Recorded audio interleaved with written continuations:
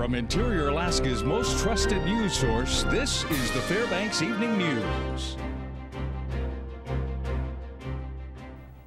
Good evening and thank you for joining us. Our top story this evening: in the first agreement of its kind in the nation, the Tanana Chiefs Conference will become eligible for federal foster care reimbursements. In a ceremony today, leaders from the Native community and the State Department of Health and Social Services came together to formally sign the agreement, which they say took them decades to reach. The reimbursements will be worth up to $400,000, but according to many who worked on the project, the deal means much more than money. And most importantly, acknowledging tribes can do child welfare work in a genuine partnership with the state of Alaska, knowing we all want what is best for our tribal children, to be safe, be with their families, extended families, and grow up knowing their culture, heritage, and tribal values. Aurora Energy Company wants a rate increase of almost 95% for its steam heat from the power plant located on the Chena River downtown. If the RCA approves the request, the rate would go from $10.50 to $20.45 per 1,000 pounds. Aurora is requesting that the rate changes go into effect on January 23rd of 2014, the end of the 45-day statutory notice period. If the request goes to a docket for further study, Aurora wants the proposed rate cap to be approved on an interim basis and refundable to customers if it ends up being denied.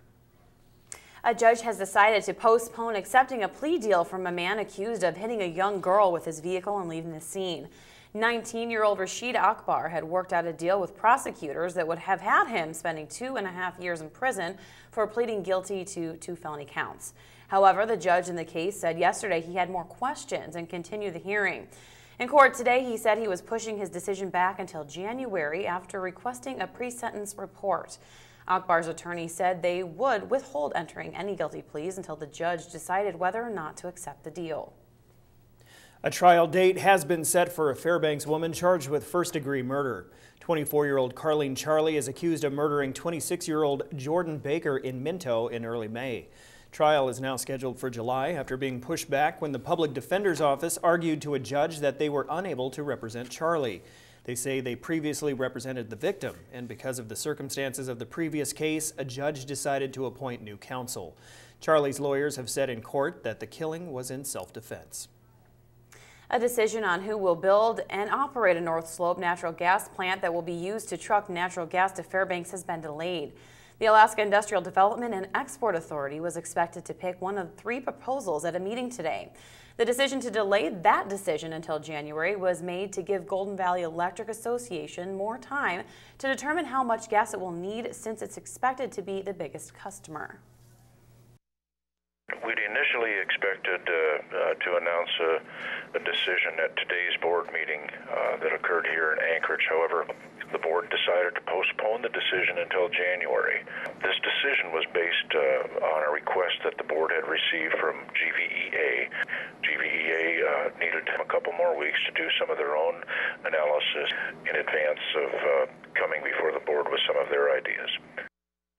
In-state travelers flying with Alaska Airlines will more than new planes next spring. They will also see familiar logos.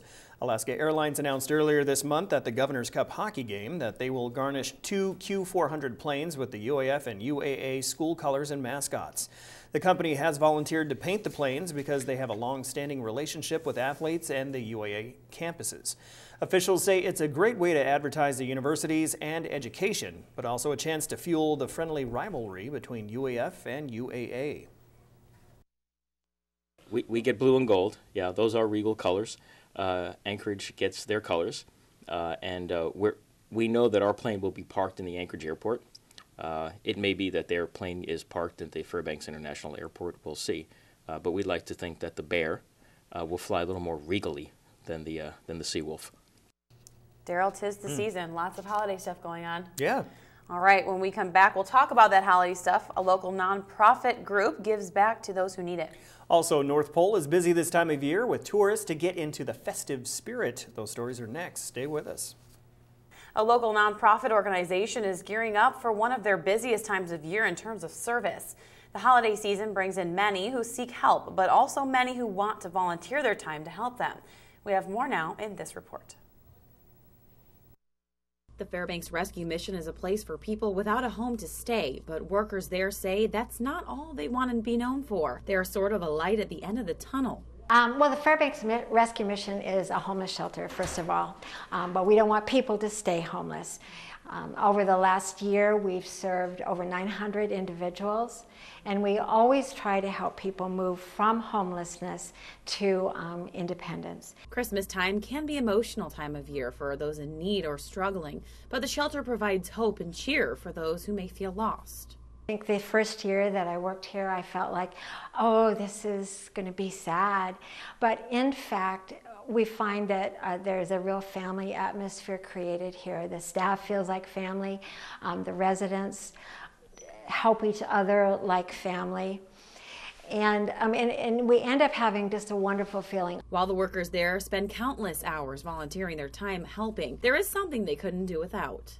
The community is so warm and so caring about our residents during this time of year. I was just astounded the first year how much people brought. It's really a nice time of year. At the end of the day, volunteers feel good about what they are doing and how they're giving back to those who come seeking help. We do, in the sense that we are providing a place for people to be, a safe place for people to be. I can't imagine what it would feel like to not have a home at Christmas. I know the women they want to decorate the tree. They want to be able to be in the kitchen, all those things that a woman does, they really want to be able to do. And we try to provide that as much as we can. Stephanie Woodard, News Center 11. The holiday season is one of the busiest times for the city of North Pole.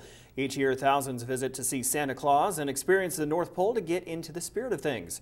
Another main attraction during the winter is Christmas in Ice. Each year, sculptures from around the world create one-of-a-kind works for all to see.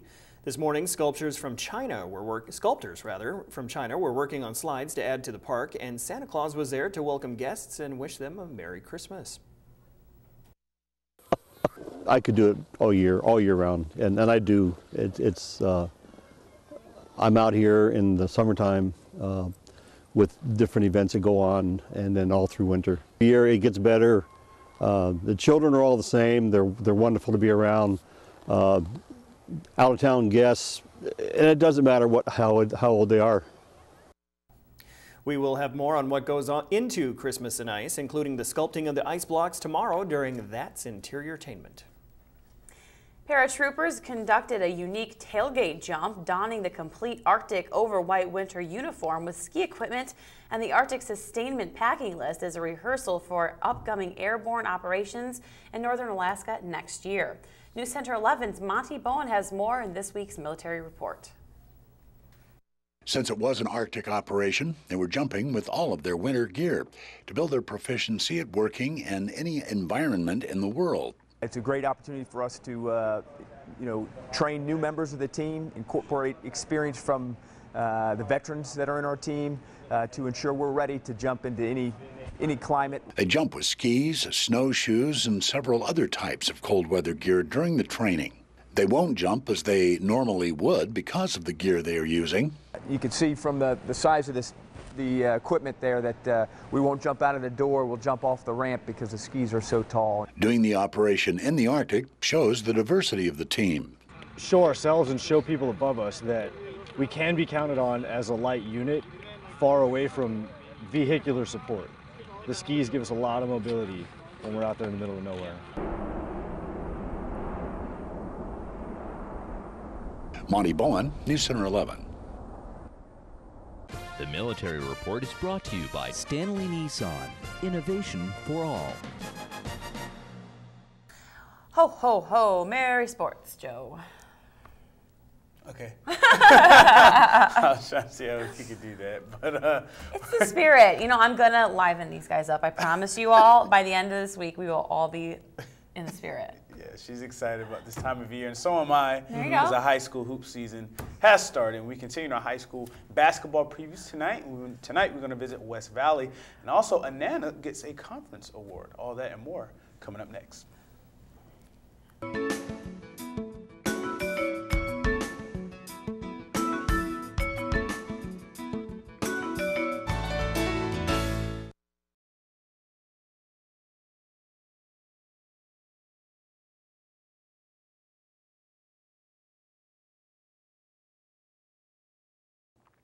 Hello, Interior Alaska. Joe Cook here in the Sports Seat for you this Wednesday hump day evening. Davis Jones, the freshman goalie for the UAF Nanoks, was named WCHA Rookie of the Week this week. Second time he's received the honor in the final game of 2013 for the Nooks against the Bemidji State Beavers. Jones made 25 saves and allowed 1 goal in the Nooks' 5-1 win. He also was at the back end of a defense that went 8-8 on the penalty kill, the best PK for a Dallas Ferguson coach team in his 6 years as bench boss. The rookie Jones is 3-3-1 and saving at 90%. UAF ended the fall semester on a 3-game unbeaten streak and will be back in the Carlson Center January 3rd against Minnesota State.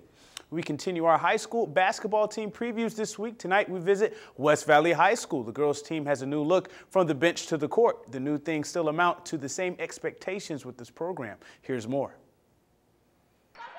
The West Valley Wolfpack girls basketball team heads into the 2013-2014 season with the new head coach. Jessie Craig. It's her first varsity season as a head coach. She's been an assistant for the Lathrop Malamutes boys team for 3 years. She replaces Steve Kacheri, who coached 9 seasons with the Wolfpack and made a state title appearance in 2012.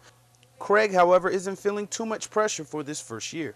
I think, though, that we just need to take care of business, like you said, one game at a time. And yes, state is the ultimate goal, but we're going to take it one game at a time and execute, and that's the goal, but we're not going to look so far ahead that we forget about the little things right here in front of us. The team lost 7 seniors from last year, but they returned a 5'2" junior point guard, Carly Marquez, and she is the leader of this team. I'm one of the older ones on varsity. Actually, there's only one other junior on varsity. Everybody else is either sophomore.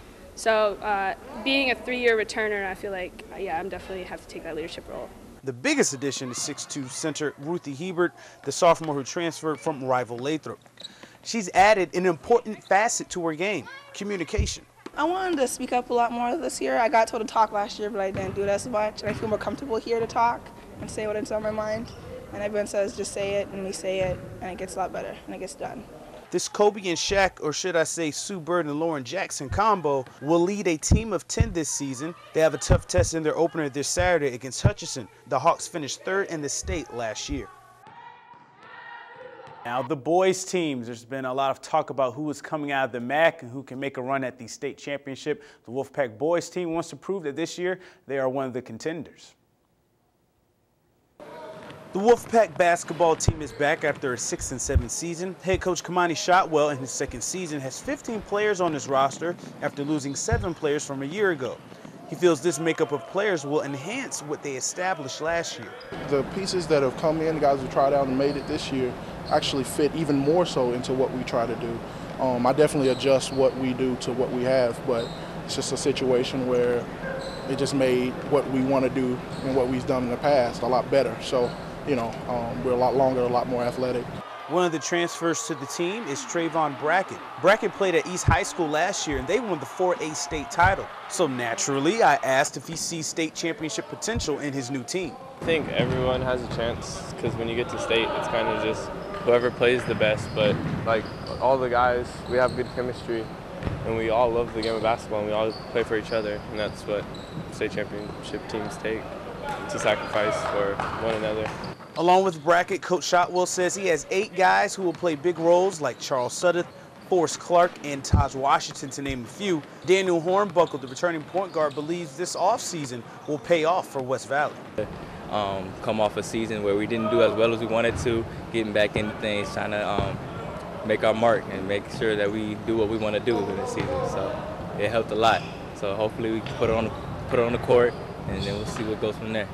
The Wolfpack opened their season this Saturday against Hutchinson. I want to come out and play Wolfpack basketball. That's pressuring all over the court, whether it's in the half or in the full. That's sharing the ball. It's being aggressive offensively, making teams have to guard us. Still some things we got to fix, but if the effort level's there, if we're playing at the speed we want to play at, I think if they do that, then I think we'll be fine. And we end this Wednesday Sportscast with the Pro Football Challenge winner. This week's winner is Tim Cogger of Fairbanks. Congrats, Tim. You get an oil change courtesy of Stanley Nissan. Tim got 12 out of 16 picks right. He picked Pittsburgh to win 21-7, and they won 30-20 over Cincinnati. Now, here are the PFC point standings with 2 more weeks left in the regular season. Robert has a comfortable lead now with 156 points. Bipolar is at 150, while Gary B is tied with Ernium for third. I have 141 points, 4 better than Mike Schultz, and Fred Brown is just 2 back of the Weatherman at 135. So actually I gave myself a little boost, but that's wrong. I do have 141 points. Maybe I'll get 147 next week. And that'll do it for sports tonight. Thanks for rocking with me for a little while. For more KTVF sports, just go to Twitter, watch us on YouTube, get our app, and visit webcenter11.com. Stay warm, Alaska. Mike Schultz is next with your full weather forecast, and we'll catch you next time. Hey, welcome back, everyone. Mike Schultz with you once again, taking a look at the weather. Man, that temperature has dropped all of a sudden. It's down to 20 degrees below zero, but you know what? It's going to start rising pretty soon and be rising pretty nice for tomorrow. In fact, we could be looking at single digits below zero, so that's a lot better than it is currently. Here's our photograph for tonight. This is a nice Christmas shot. This one's sent in by Danny and Michelle Stepp. We'll call it a home Christmas tree. Obviously, why? Because you can see it is in their home, beautifully decorated. And again, if you have a photograph to share, send it to photos at ktbf11.com. We'll be more than happy to share it with the rest of the audience. And speaking of those photos, once again, a reminder, the Fab Photo Calendar is out and about. Many locations across the area, including Kindle Auto. Stop by there, they'll give you a free one. And hurry up, though, because they're running out of them pretty soon. Here's our numbers for this time. Our normal high, 5 above. Normal low, 13 below. Our high today was 0 exactly. The record high, 42, 1935. 33 in 1933, 54 degrees below 0. And 46 seconds of daylight lost from yesterday gives us 3 hours and 43 minutes of daylight. And that's getting better and better all the time. Look at this big mass of moisture coming up from the southwest. It's spreading all over the Anchorage area. They're getting heavy rain, or heavy snow, I should say. They're talking about 4 to 7 inches of snow. Looks like most of it's going to be blocked out by the Alaska Range. We'll get a few showers here and there, but nothing really accumulative expected here in the Fairbanks area. Elsewhere across the state, over the southeastern sections, mainly cloudy skies, but they're getting ready for a winter storm in Juneau. About 10 inches of snow expected there. You can see all the snow with an association with the area of low pressure over the southwest and clear skies on the north slope. To the lower 48 we go, and again we're talking about skies showery over the west coast, especially around the Los Angeles area where there might be even some thunder in some of those showers. Elsewhere, things have cleared up over the eastern half of the country, looking pretty good. On the satellite radar, you can see once again, looking at just a few showers moving across the Great Lakes, while over to the southwest, there is the area of low pressure bringing the showers and thunder showers to Southern California. What lies ahead? Well, the trough is going to really be deepening across much of the central portion of the country because the jet stream is going to be taking a big dive down to the south, pulling that cold air way down to the south, and this will mean a big storminess moving across the eastern half of the country later on this week, so keep an eye on that. Back to Alaska for tomorrow. The cloudy skies expected at Barrow and Fort Yukon with warmer conditions in Nome. Temperatures in the teens above. For tomorrow in the interior areas of light snow for Healy, Delta Junction, and Fairbanks. While over southeast Alaska, like I said before, looking for a winter storm to be moving into the Juneau area with heavy snow. Rain and snow expected at Ketchikan. And over to the southwest, periods of snow for Bethel with rain and snow showers at Cold Bay and Kodiak. And the snow is falling right now as we speak in the Anchorage Bull area. And they're expecting about 4 to 7 inches tonight before it all wraps up tomorrow. More snow expected in the Valdez area. Possible blizzard conditions there too. Here is our interesting weather fact for you tonight. In 1984, 13 inches of snow closed Edwards Air Force Base in California. That doesn't happen very often. That is definitely a rarity. Again, thanks to Mount McKinley Bank. And again, a reminder, the kids are having shortened classes starting today, and then they'll be off till January 7th starting on Friday. All right, here's your forecast for tonight. Increasing clouds with temperatures rising later. 15 degrees below 0, with even though it's 20 below right now. 5 below for the daytime high tomorrow with a little snow at times. Very little accumulation expected. And the extended forecast calling for snow again, possible on Friday, then again on Sunday, and then Monday and Tuesday leading into Christmas. Looks like temperatures will be in the plus figures during the daytime highs and overnight lows.